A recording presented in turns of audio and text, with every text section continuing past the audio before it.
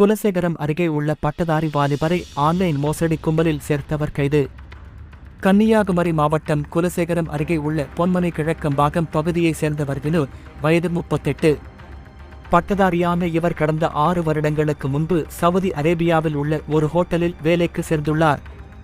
அப்போது பெரம்பலூர் மாவட்டம் சிறுகூடல் பகுதியைச் சேர்ந்த வினோத்குமார், வயது 43 என்பவருடன் வினுவுக்கு பழக்கம் ஏற்பட்டுள்ளது. இதற்கிடையே அங்குள்ள ஓட்டலில் ஆள்குறைப்பு காரணமாக வினு வேலையை இழந்துள்ளார். இதையடுத்து அவர் சொந்த ஊருக்கு வந்துள்ளார். அப்போது வினுவை தொடர்பு கொண்ட வினோத்குமார், கம்போடியா நாட்டில் ஹோட்டலில் வேலை இருப்பதாகவும் பணம் தந்தால் வேலை வாங்கி தருவதாகவும் கூறியுள்ளார். இதை உண்மை என நம்பிய வினு ரூபாய் 1,43,000 வினோத்குமாரிடம் கொடுத்துள்ளார். பின்னர் அவர் வினுவை கம்போடியா நாட்டில் வேலைக்கு சேர்த்துவிட்டார். ஆனால் அந்த நிறுவனம் ஆன்லைன் மோசடி நிறுவனம் என்பது வினுவுக்கு தெரிய வந்தது.